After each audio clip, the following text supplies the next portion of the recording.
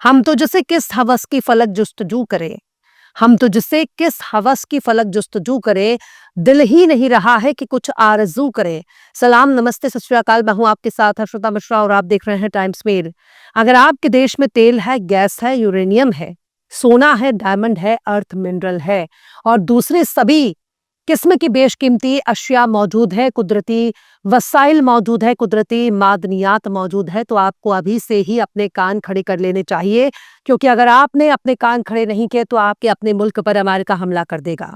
America को किसी भी देश पर हमला करने के लिए सिर्फ एक बहाना चाहिए, और बहाना चाहे जायज हो या नाजायज, पर अमेरिका हमले जरूर करेगा। अगर कोई खुद को विश्व गुरु समझ रहा है तो इतना जान लीजिए कि अमेरिका किसी को भी नंगा कर सकता है।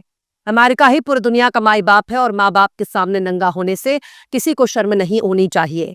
अब भले ही आपकी उम्र 70 से 80 साल हो गई हो या 50, 55, 60 साल हो गई हो, लेकिन माँ बाप की नजर में बच्चे हमेशा बच्चे ही रहते हैं। लिहाजा अगर आप अमेरिका को माई बाप नहीं मान रहे हैं तो आज और अभी से अमेरिका को अपना पापा मानना शुरू कर दीजिए। नहीं मानेंगे तो अमेरिका वही हाल करेगा जो इस वक्त वेनेजुएला के साथ हुआ है, वही हाल होगा जो ईरान के साथ होने वाला है। अब अमेरिका ने आधा दर्जन से ज्यादा देशों पर हमले की धमकी दे दी है।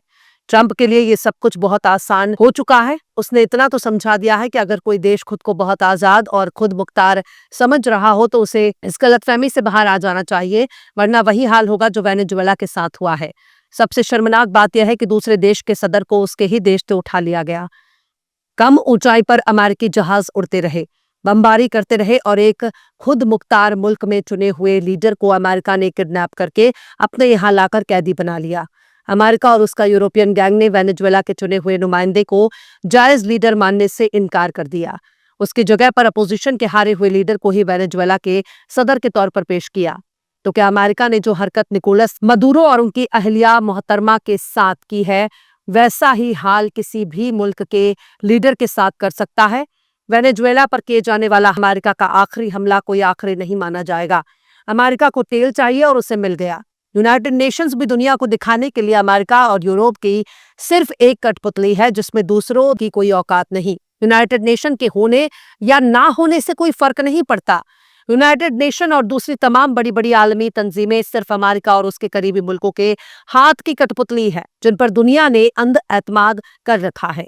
यहाँ तो अमेरिका ने न सिर्फ मनमानी की बल्कि यूनाइटेड नेशंस को अपनी कठपुतली भी साबित कर दिया। अब रोने वाले रोते रहे और अपनी बारी का इंतजार करते रहे। दरअसल डोनाल्ड ट्रंप ने निकोलस मदुरो को गिरफ्तार करने के बाद न्यू वर्ल्ड ऑर्डर की बात करते हुए कई देशों को निशाने पर ले लिया है।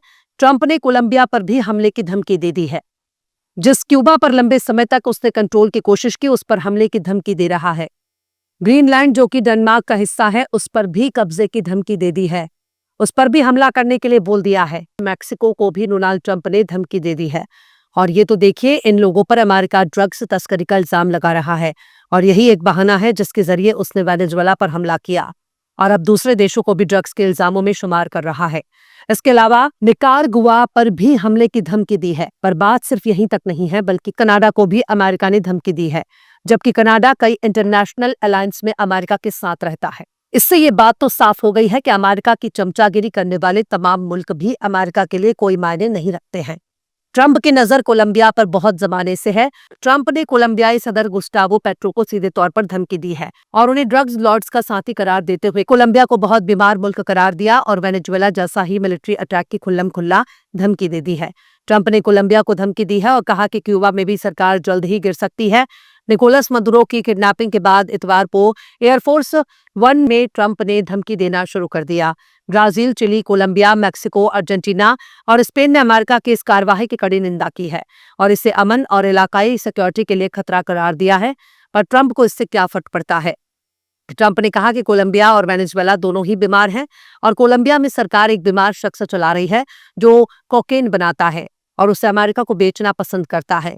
क्यूबा को भी ट्रंप ने धमकी देते हुए कहा कि क्यूबा गिरने के लिए तैयार लगता है।